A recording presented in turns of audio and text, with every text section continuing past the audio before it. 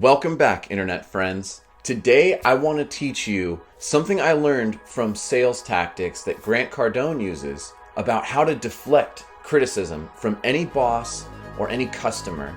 This is a really valuable sales technique. As I said before, this technique is based off of a Grant Cardone close. A few years ago, I sold solar panels, door to door, all across San Diego. We called this the solar boom. During that time, I got very well educated in sales and I read a lot of Grant Cardone books. So there's one very important tone that you want to keep anytime someone brings a criticism to you. Never create a me versus you moment with them. You don't want to have you going back and forth with them over an issue, because that is just a natural state of conflict that can happen when someone is upset and they come to you with a problem. So throughout this video, keep that in mind. Don't create me versus you scenario. Don't create a battlefield. Let's say the situation is your supervisor at work comes to you and he's mad at you.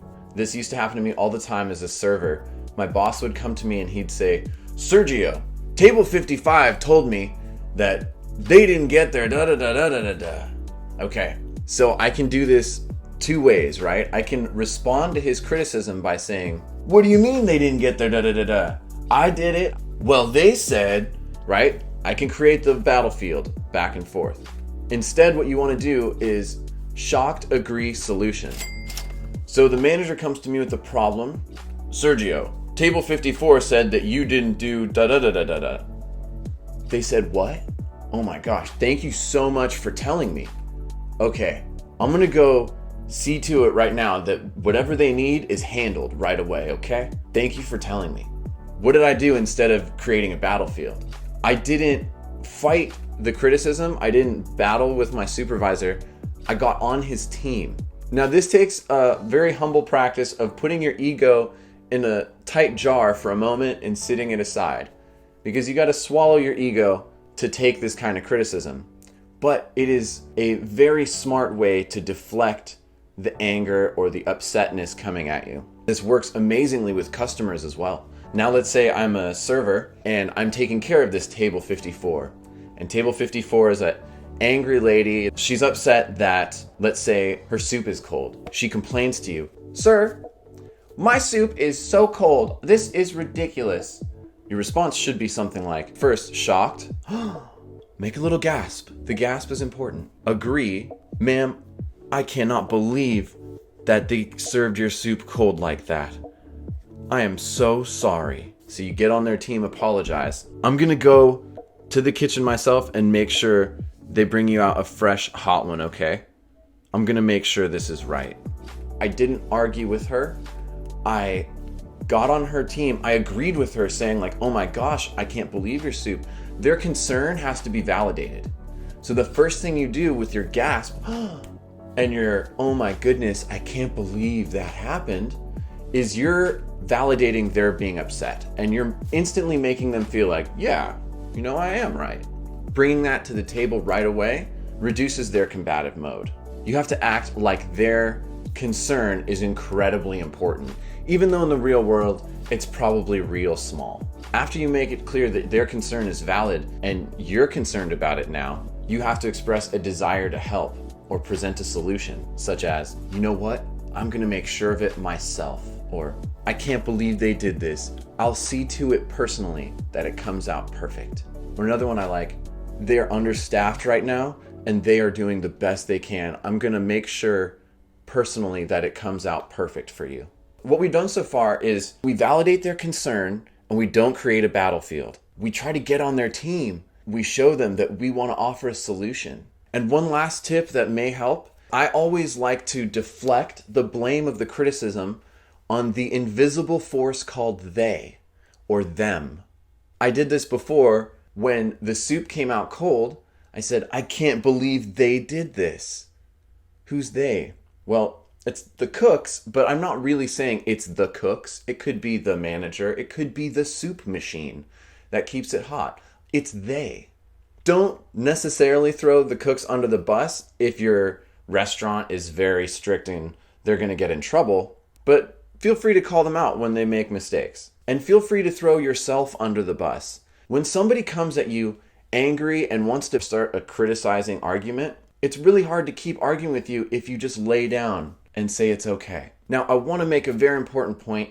If you're ever with somebody who's abusive, very angrily yelling, like aggressively getting in your face, any kind of customer like that, you don't have to take abuse ever. Even though this is a deflection, you should never take like violent abuse or degrading, inhumane abuse. If the whole room of customers starts looking over, being very concerned at how this person is talking to you, you don't have to take that kind of abuse. But most of the time, you can quell the situation before it even gets to that level by just deflecting the criticism.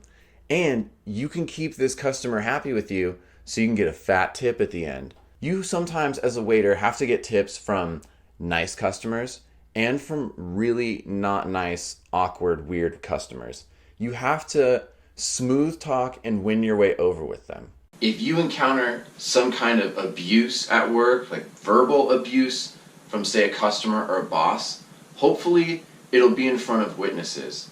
Simply be silent. If you're alone and being screamed at and scolded by some supervisor, be silent and walk somewhere where other people are. It's very difficult for someone to aggressively, violently scream at you in front of witnesses. Other people witness this and they will stand up for you. Or if anything, it makes your supervisor look absolutely tyrannical and terrible if they are scolding you violently in front of people. So they are less likely to do that. If you are silent in the face of scolding and abuse, you will receive sympathy from the tables around you, from the customers, from your coworkers, and any other bosses that witness this kind of anger lashed out upon you.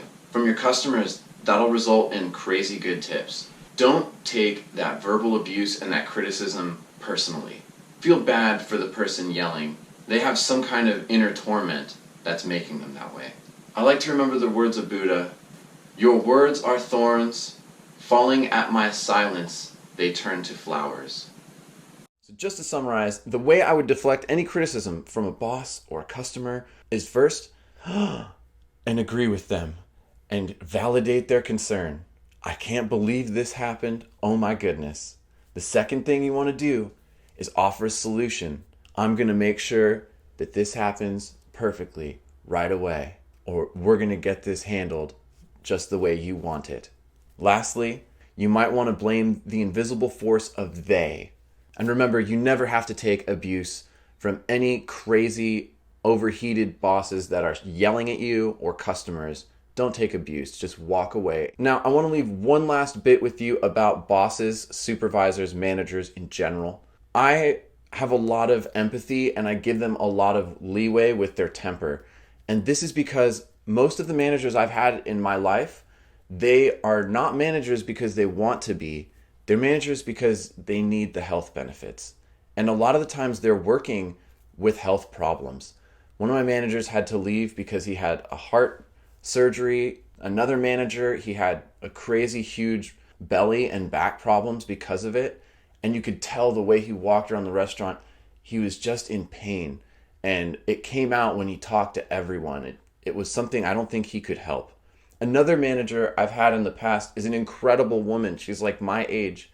She had some crazy rare cancer afflict her, and she had to go through all this, trauma in her life. And I didn't even find out about it until way after she went through it. But now looking back, some of the times she was harshly critical of me. I don't know what she was going through at that time. I give my managers a lot of patience, and perhaps you should too. I hope you found this video helpful or informative. If you did, go ahead, smash that like button. Feel free to leave me a comment. Tell me how you deflect criticisms. Go ahead and subscribe. I do make videos all the time. Thank you so much for watching. Good luck to you out there, and just have a great day.